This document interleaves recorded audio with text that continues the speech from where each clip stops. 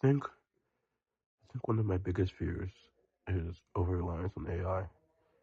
Like I remember there was one time I was in this group chat.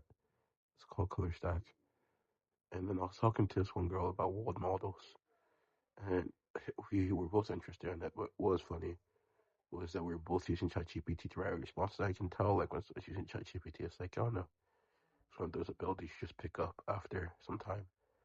But what I thought was really interesting was that the only reason I was using ChatGPT was to come off smarter than I am.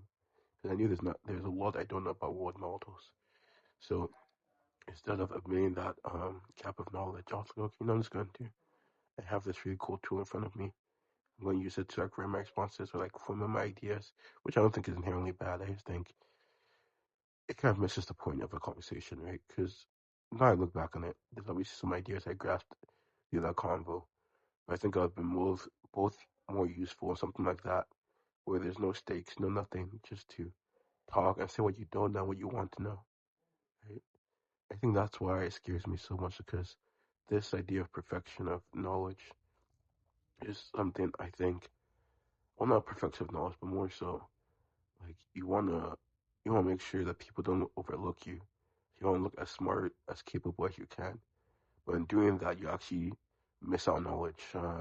For Duke Quantum, I remember I was looking for an advisor for my team, and the president recommended someone, and it was like, okay, but also make sure you don't like BS, because it's easy to do this. Like, oh yeah, I know this. Meanwhile, you know nothing, right? And a lot of people can tell when someone knows something, doesn't know something, and it's probably better to just say what you don't know, because they can direct the conversation to benefit you, versus pretend you know something, and then as you're building the conversation, as you're building like block by block, you kind of build a shaky ground, and it turns out like after the conversation ends, you really didn't get as much as you could get out of it because you were faking knowledge.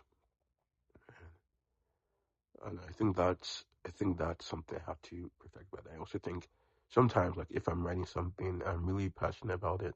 I like to simulate the ideas. I think that's more useful, like to get more different perspective. I think Andrew Carthy had a really good perspective of that, where he was like, yeah, these large language models, it's better to kind of use them as a simulator rather than a person itself. That's paraphrasing, by the way.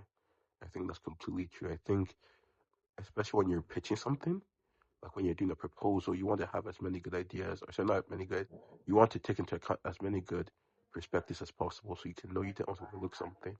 It's like when someone says, oh, what about this? Like, oh, yeah, I already accounted for that. So I think that's where the use should come in.